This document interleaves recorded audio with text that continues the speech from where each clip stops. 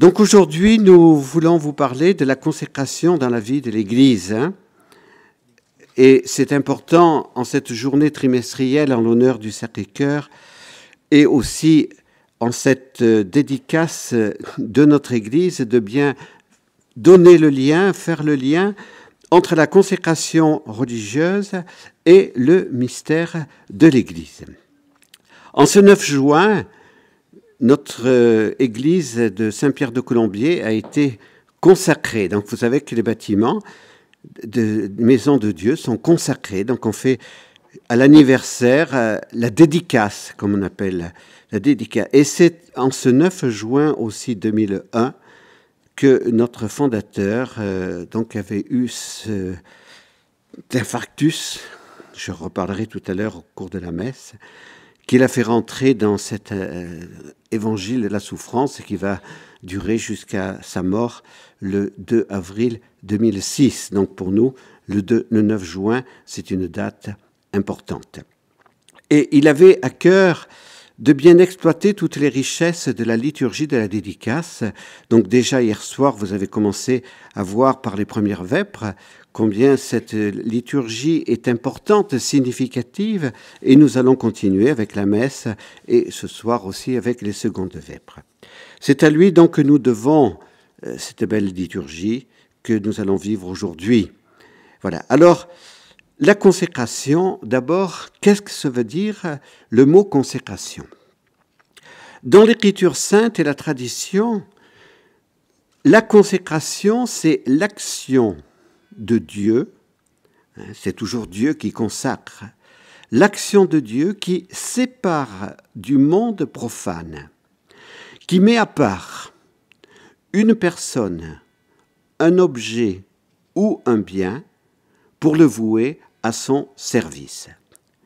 Le mot consécration est proche du mot sanctification. On peut dire que dans l'Écriture sainte, particulièrement et dans l'Évangile, sanctification, consécration, c'est la même chose. Dieu est saint, il sanctifie des lieux, une terre, un sanctuaire, des objets pour le culte, des temps, le sabbat, l'année jubilaire, des personnes, les prêtres, les premiers-nés, les prophètes.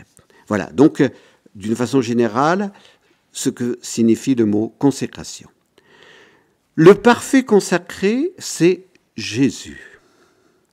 Et Jésus, comme on va le voir, se consacre pour consacrer ses disciples.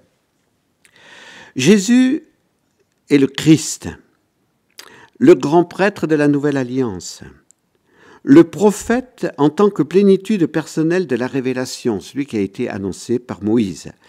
Il est le roi en tant que fils de David. Roi des rois et seigneur des seigneurs, dit l'Apocalypse. Jésus n'a pas exercé pourtant, pendant sa vie publique, le ministère du grand prêtre selon l'ordre d'Aaron, car Jésus n'était pas de la tribu de Lévi, il était de la tribu de Juda. Il n'a pas été non plus chef d'une synagogue, mais par son sacrifice parfait de la croix, il est devenu, dit la lettre aux Hébreux, le grand prêtre de la Nouvelle Alliance. La mission publique de Jésus pendant ces 3 années a davantage ressemblé à la mission d'un prophète. Il a parcouru la Galilée et la Judée. Il a traversé la Samarie. Il s'est efforcé d'évangéliser toutes les catégories des membres du peuple de Dieu. Le discours sur la montagne, donc Matthieu 5 à 7, révèle qu'il est supérieur à Moïse. Il est donc bien le prophète annoncé par Moïse. Il est en tant que Verbe incarné. Jésus n'a pas exercé un pouvoir politique, et pourtant sur la croix, Pilate a fait inscrire Jésus de Nazareth, roi des Juifs. Mais le royaume de Jésus n'est pas de ce monde. C'est le royaume éternel, promis à David et annoncé à la Vierge Marie au jour de l'Annonciation. Donc Jésus est le parfait consacré. Voilà. Hein. Donc, dans l'Ancien Testament, comme je vous l'ai dit, il y avait des prêtres qui étaient consacrés, des prophètes consacrés, rois consacrés qui recevaient une onction. Eh bien, Jésus est le grand prêtre de la Nouvelle Alliance. Jésus est le prophète plus grand que Moïse. Jésus est le roi des rois, supérieur à David. Et c'est en ce sens-là que toute son humanité est consacrée, et nous pouvons dire qu'elle l'est par le fait de l'incarnation, puisque cette humanité est assumée par la personne divine du Fils de Dieu, et le fait que la personne divine du Fils de Dieu assume cette humanité, eh bien cette humanité est mise à part, elle est totalement, on peut dire, dans le domaine de Dieu. Voilà, donc le consacré par excellence, c'est Jésus. Tous les baptisés, fidèles, laïcs, évêques, prêtres et consacrés, sont marqués par le caractère du baptême et de la confirmation. Et on va le redire tout à l'heure, l'importance de cette consécration baptismale, puisque cette journée de vœux doit également vous faire découvrir l'importance de votre consécration baptismale. Donc tous les consacrés sont participants du Christ prêtre, prophète et roi. Voilà, au jour du baptême, nous avons reçu une onction avec le Saint-Crème après avoir été baptisés. Et par cette onction, on nous a dit, eh bien, tu participes à cette triple fonction du Christ, prêtre, prophète et roi. Nous lisons au verset 19 du chapitre 17 de Saint Jean. Jésus dit, « Pour eux, je me sanctifie moi-même, afin qu'ils soient eux aussi sanctifiés dans la vérité. » Le mot en grec, sanctifié, se dit agiazo. Et ce mot est traduit aussi bien par les exégètes par « je me consacre » ou « je me sanctifie ». Tous sont unanimement d'accord sur cette équivalence. C'est au prix de sa vie même que Jésus se révèle comme se consacrant au Père par sa parfaite obéissance, expression de sa filiation. Cette relation de dépendance filiale est la constante même du Christ dans ses paroles comme dans sa volonté. Je me consacre moi-même insiste précisément sur ce côté volontaire, obéissance filiale totale, donc jusqu'à la mort, et la mort de la croix. Donc nous avons une double révélation, si vous voulez, dans le Nouveau Testament. D'une part, la consécration qui est l'acte de Dieu, qui met à part, qui sanctifie une personne, un lieu, des objets pour être au service de Dieu, et d'autre part, Jésus lui-même, le consacré par excellence, qui se consacre volontairement, qui va donner sa vie et qui va la donner pour que nous soyons sanctifiés en vérité. Donc, je me consacre pour qu'il soit consacré. Depuis quelques années, nous avons eu le témoignage de Benoît XVI, et particulièrement pour l'anniversaire de son ordination sacerdotale. Et Benoît XVI avait dit que la veille de son ordination sacerdotale, il avait ouvert la Bible pour recevoir une parole de Dieu qui pourrait l'aider le jour de sa consécration, de son ordination, mais aussi pour toute sa vie. Et quelle est la parole qu'il a reçue? Celle-là. Je me consacre pour qu'il soit consacré dans la vérité. Voilà. Donc, la devise que Benoît XVI a choisie, coopérateur de la vérité, eh bien, elle est enracinée déjà dans cette parole qu'il avait reçue la veille de son ordination sacerdotale. Le mystère de l'Église et la consécration baptismale. Comme je vous l'ai dit, cette dédicace de notre Église va nous permettre de mieux comprendre le mystère de l'Église. Le Concile Vatican II, dont nous célébrons le 50e anniversaire, fait découvrir que l'Église est le peuple de Dieu, le corps du Christ, le temple du Saint-Esprit. Donc avant d'être une assemblée de fidèles Avant de regarder le côté humain de l'Église, le Concile Vatican II a voulu regarder son aspect divin. Voilà, peuple de Dieu, corps du Christ, temple du Saint-Esprit. Saint Paul, dans le chapitre 5 de l'Épître aux Éphésiens, nous révèle le mystère de l'Église.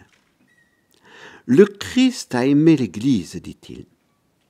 Il s'est livré pour elle, afin de la sanctifier en la purifiant par le bain d'eau qu'une parole accompagne, car il voulait se la présenter à lui-même, toute resplendissante, sans tache ni ride, ni rien de tel, mais sainte et immaculée. Cette affirmation de l'apôtre des nations est en parfait accord avec la prière sacerdotale de Jésus, transmise par saint Jean, dont je viens de vous parler.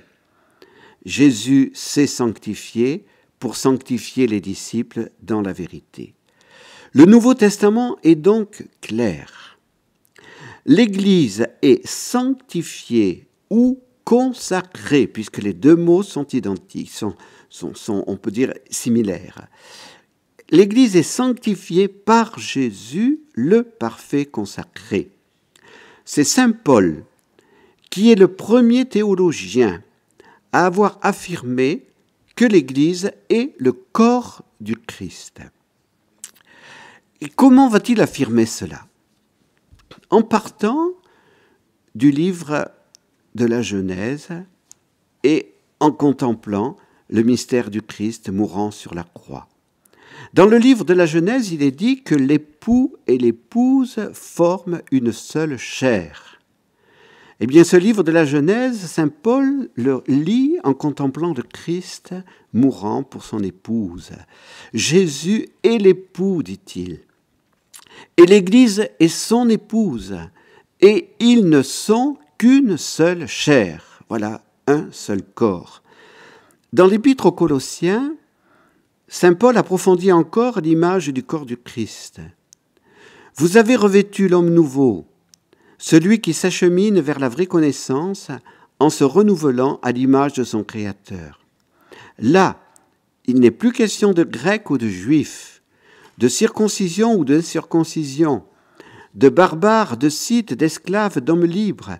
Il n'y a que le Christ qui est tout et en tout. Colossiens 3, 11. Saint Augustin, en se fondant sur ce texte de saint Paul, disait avec enthousiasme « Réjouissons-nous et remercions. Nous sommes devenus non seulement des chrétiens, mais le Christ.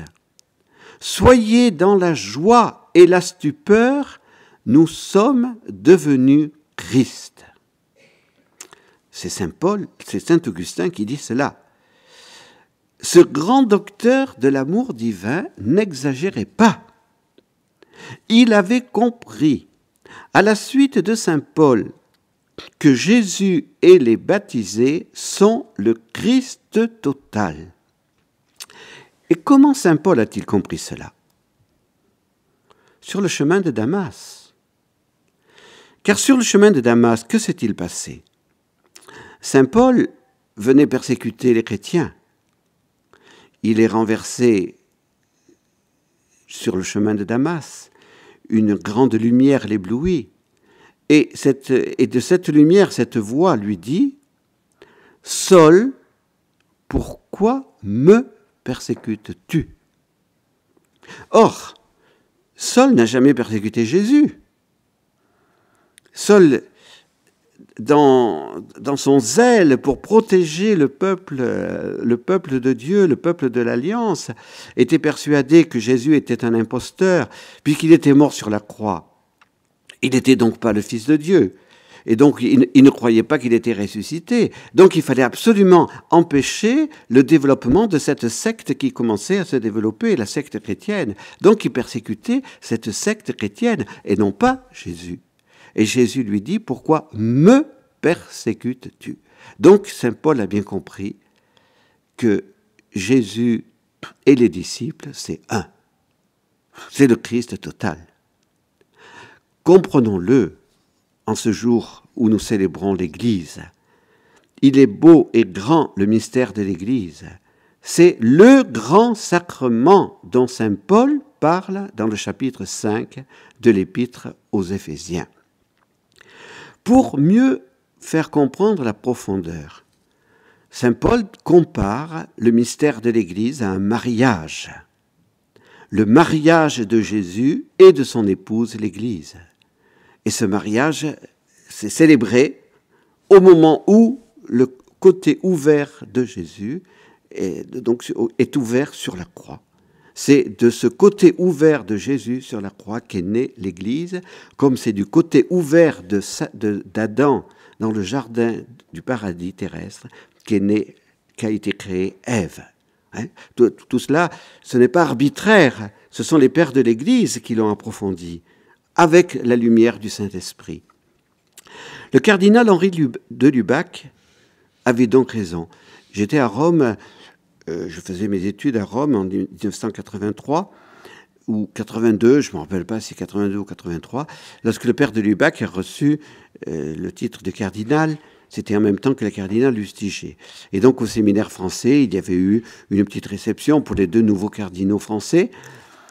Et le père de Lubac a fait une petite conférence improvisée. C'est le supérieur du séminaire qui lui avait demandé « Est-ce que vous avez un petit mot à nous dire ?» etc. Et il nous a parlé de l'Église, puisque le cardinal de Lubac a écrit des très très belles choses sur l'Église. Et ce jour-là, il nous a dit « L'Église est un mystère féminin ». Et c'est parce que l'Église est un mystère féminin que la femme entre plus facilement dans ce mystère que l'homme. Hein, voilà. Donc, comprenons-le. Comprenons ce mystère féminin. Par le baptême, nous participons donc au mystère de la consécration ou de la sanctification de l'Église. Dieu le Père nous consacre et nous devenons ses enfants. L'Esprit Saint opère la consécration baptismale par l'eau. Nous renaissons. Le Christ nous consacre en se livrant pour nous et en nous incorporant à lui. Par cette consécration, nous sommes en quelque sorte séparés du mal et de l'emprise du mauvais par la purification du péché originel et des péchés personnels. Nous sommes sanctifiés par le don de la grâce sanctifiante, les vertus théologales et les dons du Saint-Esprit. Nous sommes incorporés au Christ et à l'Église par une marque indélébile, le caractère. Le Concile Vatican II dit alors « Les baptisés par la régénération et l'onction du Saint-Esprit sont consacrés pour être une demeure spirituelle.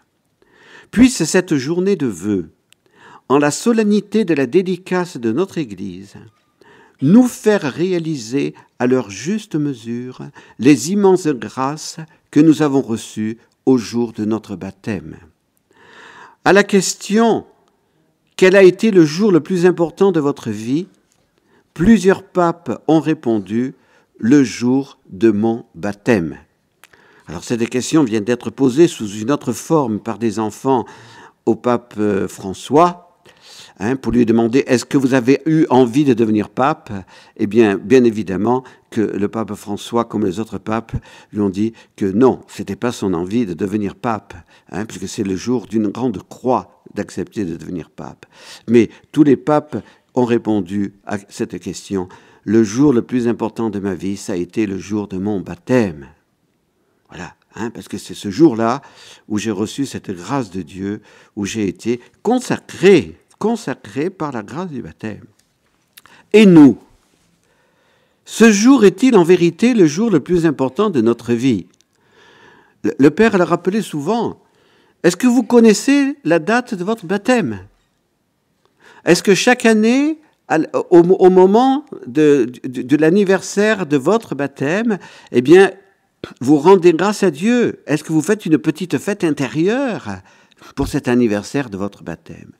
L'anniversaire de votre naissance est important, mais l'anniversaire de votre baptême est plus important encore. Donc ne soyons plus ingrats envers Dieu. Chaque année, souvenons-nous avec grande reconnaissance de la grâce de notre baptême.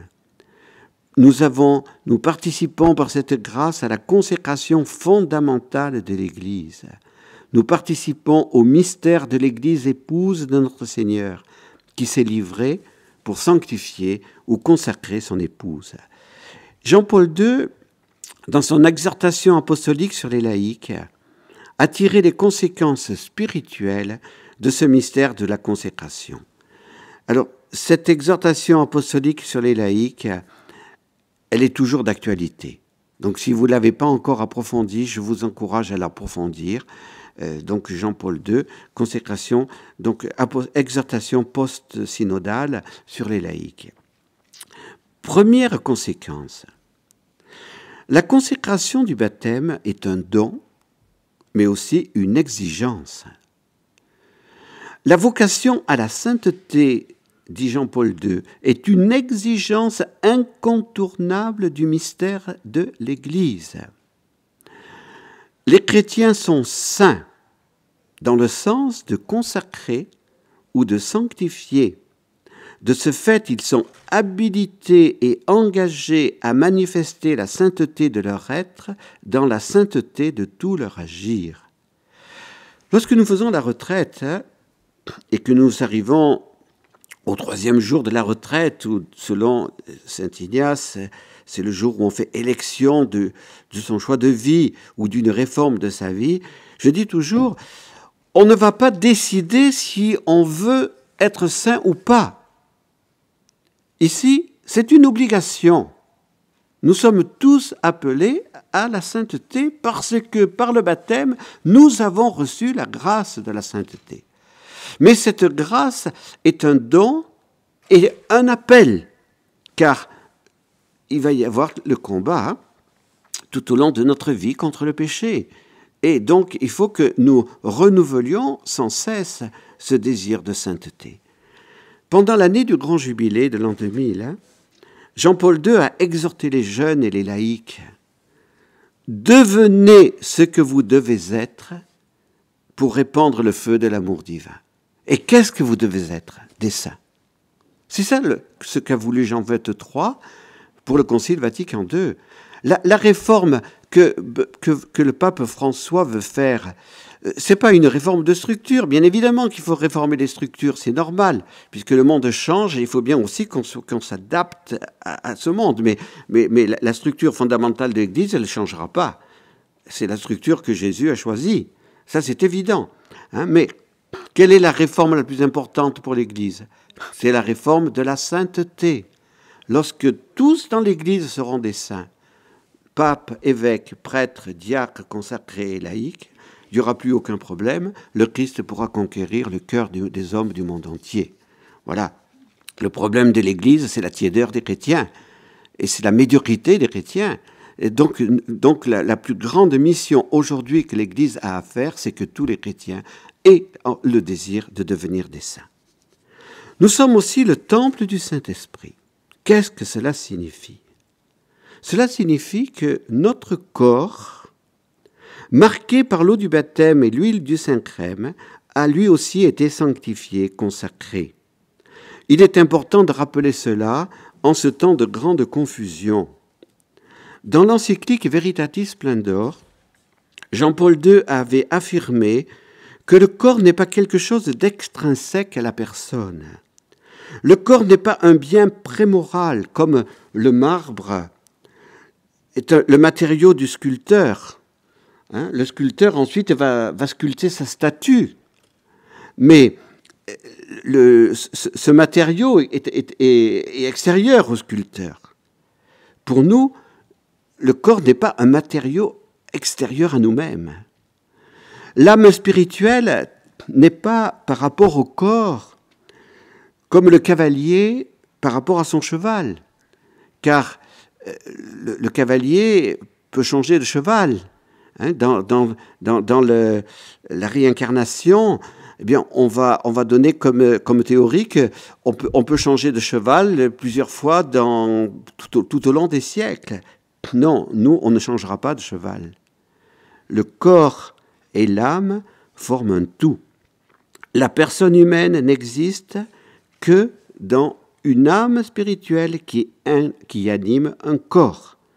Et pour ce bienheureux pape Jean-Paul II, Saint Paul et le Concile de Trente sont clairs. Certains comportements spécifiques sont à mettre au nombre des péchés mortels ou des pratiques infâmes, et leur acceptation volontaire empêche les croyants d'avoir part à l'héritage promis s'ils ne se convertissent pas. Le corps et l'âme sont indissociables, ils demeurent ou se perdent ensemble. Cet enseignement magistériel de Jean-Paul II aide à comprendre que la consécration du baptême ne concerne pas seulement l'âme spirituelle, mais toute la personne du baptisé dans l'unité de son âme et de son corps. L'exigence est claire, nous avons donc le devoir de glorifier Dieu dans notre corps. 1 Corinthiens 6, 20. Sainte Maria Goretti et les autres martyrs de la pureté ont glorifié Dieu dans leur corps et ont témoigné de la grandeur de la consécration baptismale. Mère Marie-Augusta a parlé du combat olympique de la pureté. En ce temps de grande immoralité se lèvent les veilleurs, les sentinelles de l'invisible, les témoins du bel amour qui nous entraînent à la fidélité à nos engagements. Être consacré, enfin, c'est tendre à l'identification de plus en plus grande avec le consacré par excellence qu'est Jésus, qui a offert son humanité en sacrifice. Donc, je suis consacré par le baptême. C'est un don de Dieu qui fait que il n'y a aucun mérite de ma part. Le don est complètement gratuit. Mais en retour, maintenant, le Christ m'entraîne à me consacrer avec lui. Le Christ m'entraîne à offrir ma vie en sacrifice spirituel. Et Bérulle, qui a eu une grande importance dans toute la spiritualité française, dans tout ce qu'on appelle l'école française, eh bien, Bérulle disait que nous sommes appelés à être des hosties à la suite du Christ hostie. Notre être ne nous appartient pas, mais notre être, nous pouvons maintenant le disposer librement chaque jour, et c'est cela la participation au saint sacrifice de la messe. Par exemple, eh bien, chaque jour à la messe, je peux m'offrir avec Jésus. Et en m'offrant avec Jésus, je peux obtenir des grâces pour le monde entier. Une sainte ardéchoise, Sainte Thérèse Couder, fondatrice des Sœurs du Cénacle, a reçu une lumière vraiment très importante de Jésus pour nous aider à comprendre ce qu'était justement cette réponse à la consécration que nous avons reçue au jour de notre baptême. Et elle appelait cela se livrer. Je vous cite Sainte Thérèse Couder. Se livrer, c'est plus que se donner. C'est même quelque chose de plus que s'abandonner à Dieu. Se livrer, c'est mourir à tout et à soi-même pour vivre sans cesse tourné vers Dieu, pour vivre sans cesse en présence de Dieu.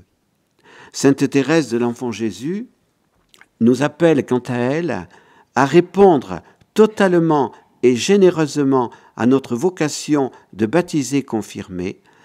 Aimer, c'est tout donner et se donner soi-même.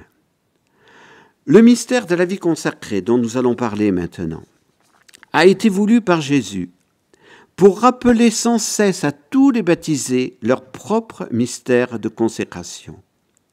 Les consacrés en ce monde doivent donc être les signes du royaume de Dieu. Notre monde a particulièrement besoin de ce signe de la vie consacrée. Notre société relativiste dénature et désacralise. Je pense que Madame Taubira a utilisé ce mot, puisqu'elle a même dit que le mariage homosexuel était l'accomplissement de la désacralisation du mariage. On veut vraiment tout désacraliser. C'est là le grand combat qui se mène de nos jours, et il est important de résister face à ce combat. Dieu est devenu le grand absent. Benoît XVI avait parlé avec raison de l'éclipse de Dieu. Mais les dictateurs du relativisme ne pourront jamais édifier le meilleur des mondes sans Dieu. Le réveil qui est en train de se produire en France est tout simplement le réveil des consciences endormies. Ce réveil, pour un certain nombre, n'est pas encore le retour de Dieu, mais il pourrait y conduire. Que tout cela nous stimule à vivre la fidélité aux engagements de notre baptême. Alors, la consécration par les conseils évangéliques, qu'est-ce que c'est? Depuis 3 ans, nous approfondissons avec les foyers les textes du Concile Vatican II pour essayer de mieux comprendre la double et grave crise qui avait suivi le Concile, la crise progressiste et la crise intégriste. Benoît XVI a souvent parlé de cette double crise et s'est efforcé d'en donner les raisons. Le progressisme a fait du Concile une rupture, une révolution, en vue d'une nouvelle Église moderne qui épouserait les idées du monde. Benoît XVI a donné la juste interprétation du Concile, la continuité. Les évêques de Vatican II n'étaient pas réunis pour voter une nouvelle constitution de l'Église, mais pour être à l'écoute du Saint-Esprit. Et donc, ce que le Saint-Esprit voulait, c'était le renouveau de l'Église par la sainteté de tous ses membres. L'une des erreurs du courant progressiste, assoiffé de nouveautés, a été de dire qu'il n'y a plus de différence entre la consécration baptismale et la consécration religieuse. Tous les baptisés sont des consacrés, et donc, beaucoup de religieux ont quitté leur habit religieux, ont repris le nom de leur baptême. Mais alors, la vie consacrée a-t-elle encore un sens? A-t-elle encore un avenir? Benoît XVI, au terme de son pontificat, nous a demandé de faire appliquer le vrai concile. C'est très important de comprendre ce qu'a dit le vrai concile et de comprendre ce qu'a dit Jean-Paul II sur la vie consacrée. Et je vais vous donner justement ces quelques explications. Le Concile Vatican II a dit « La consécration par les conseils évangéliques est distincte de la consécration baptismale. Elle est une consécration particulière qui s'enracine intimement dans la consécration baptismale et qui l'exprime avec plus de plénitude. Cette forme de vie, dit encore le Concile, imite de plus près celle que le Fils de Dieu a prise en venant en ce monde. Elle est, disait Jean-Paul II, une alliance privilégiée avec le Rédempteur du monde, scellée par la profession des conseils évangéliques, donc pauvreté, chasteté, obéissance. Cette alliance, dit Jean-Paul II, vient d'un appel qui naît d'une rencontre intérieure avec l'amour du Christ. Cet amour prend un caractère nuptial. Donc, il est important de comprendre aussi que ça veut dire le caractère nuptial ou le caractère sponsal, c'est le caractère du mariage. Et pour sponsal, c'est bien clair que dans toute la tradition romaine et dans toute la tradition de l'Église, il y a sponsus et sponsa. Aujourd'hui, il faut peut-être le préciser un peu plus. Sponsus, c'est au masculin, sponsa, c'est au féminin. Donc, pour qu'il y ait couple, il faut qu'il y ait féminin et masculin. Deux bœufs ne forment pas un couple. Deux bœufs forment une paire. Voilà. Donc, non, mais aujourd'hui, il faut tout rappeler cela très clairement. Donc, le caractère sponsal, c'est ce caractère, justement, de l'époux et de l'épouse. Donc, le consacré entre dans le mystère de l'Église épouse. Et c'est un amour d'élection. La consécration religieuse ne fait pas partie des sacrements de l'Église.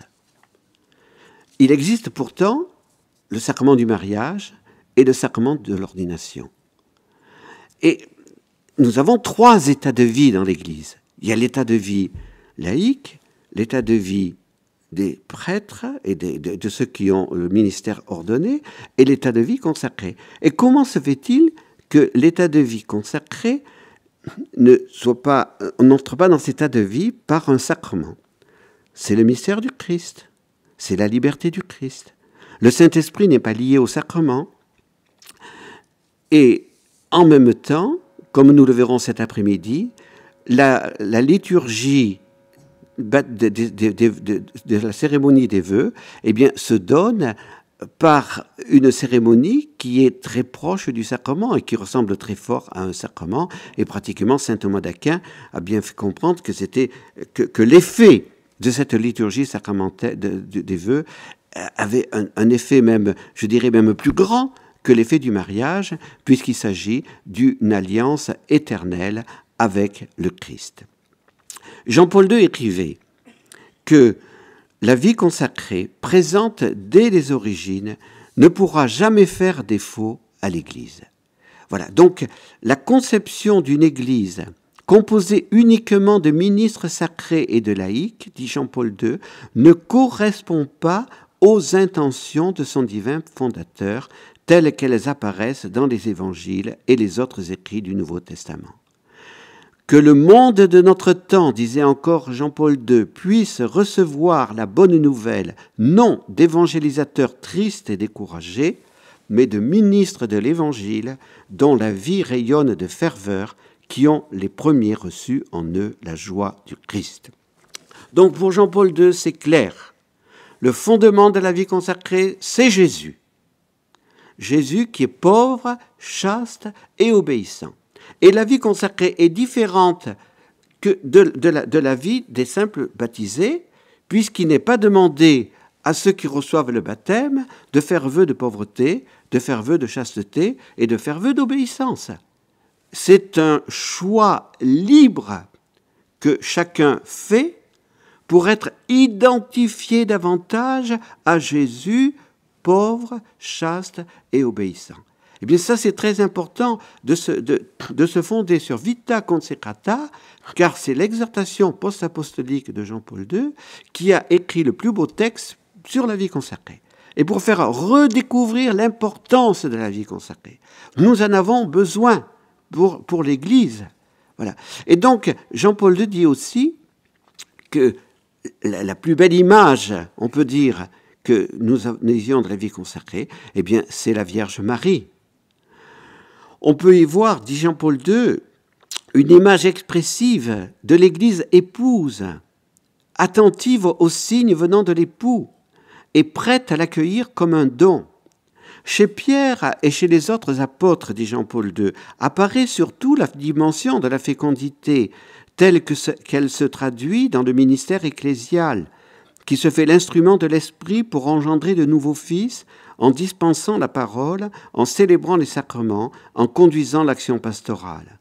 En Marie est particulièrement vive la dimension d'accueil sponsal par lequel l'Église fait fructifier en elle la vie divine par son amour virginal et total. La vie consacrée a toujours été située de manière privilégiée aux côtés de Marie, la Vierge épouse. De cet amour virginal résulte une fécondité particulière qui contribue à la naissance et à la croissance de la vie divine dans les âmes.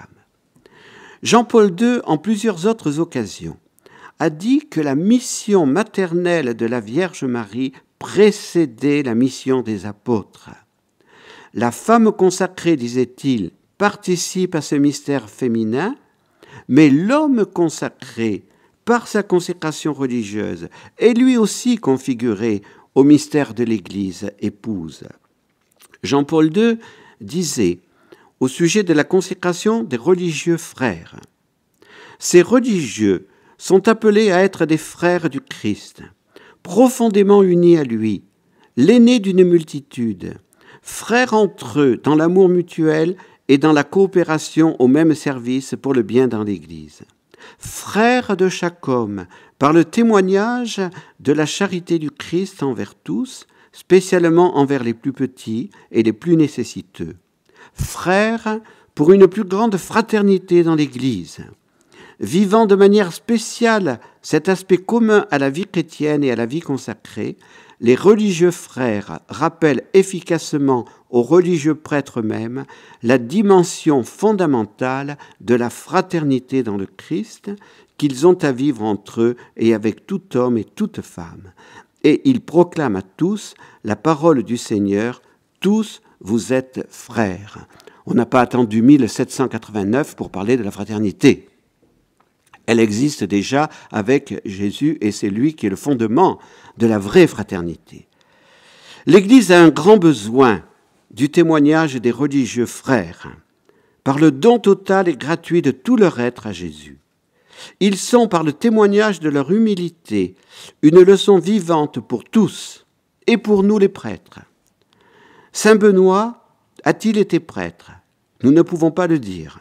Ce qui est sûr, c'est qu'il a compris que l'essentiel de la vie consacrée ne résidait pas dans le sacerdoce, mais dans l'imitation du Christ, pauvre, chaste et obéissant. Saint François n'a pas été prêtre, mais il est le grand modèle des religieux frères. Il n'a pas reçu le sacerdoce. Il est le père spirituel de tous les franciscains prêtres et aujourd'hui, il est le père du pape. Voilà, puisque le pape lui-même a choisi François. Il voulait que ses frères soient les plus petits, les minores, pour imiter davantage Jésus. Jean-Paul II a béatifié en 1982 un religieux frère québécois, frère André, qui est mort en 1937, qui était 8e d'une pauvre famille de 11. Il avait une santé très précaire, il n'avait pas d'instruction, mais il était un saint.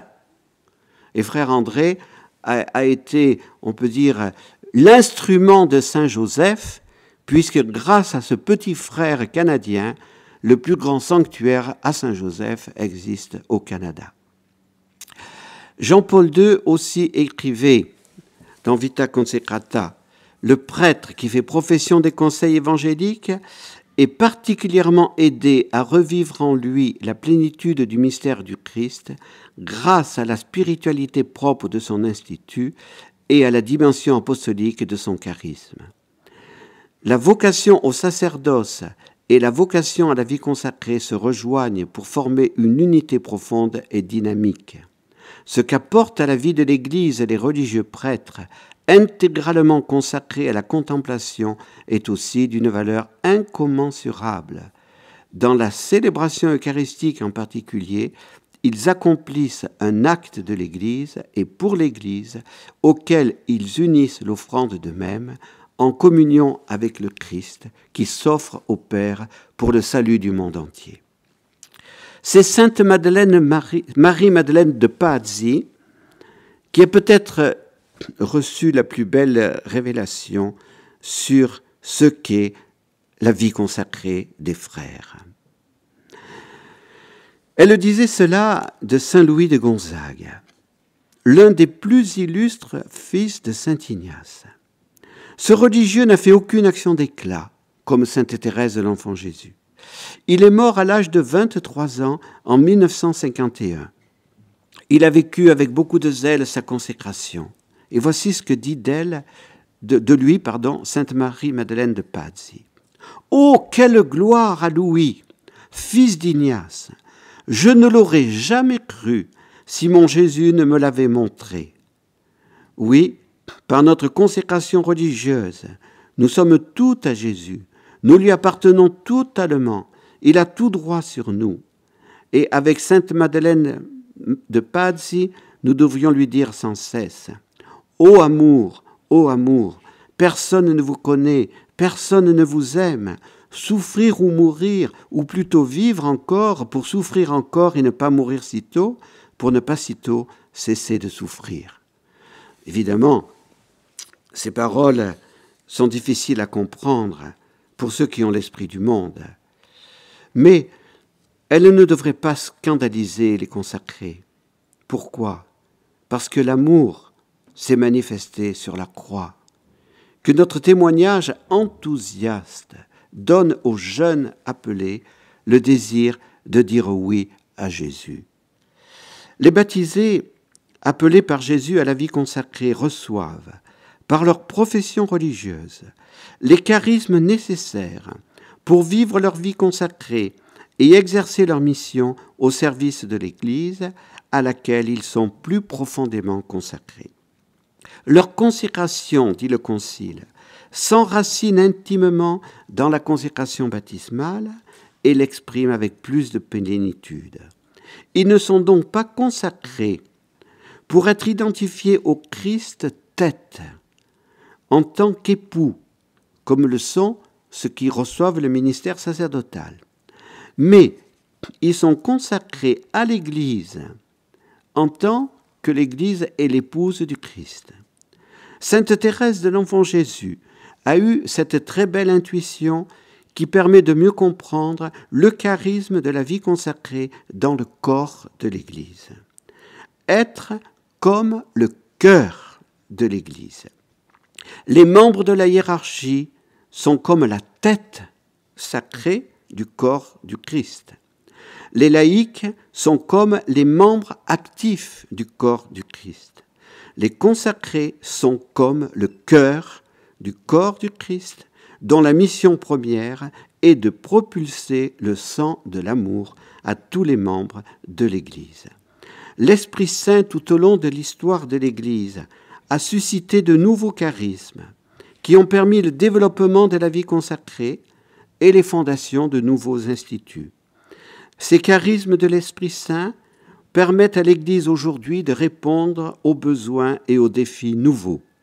Pour notre temps, l'Esprit Saint, nous en sommes convaincus, a donné à notre Père fondateur et à Mère Marie-Augusta le nouveau charisme des apôtres de l'amour en vue de l'éducation au bel amour et de l'apostolat irrésistible de l'amour. Merci de bien prier pour le développement de ce charisme.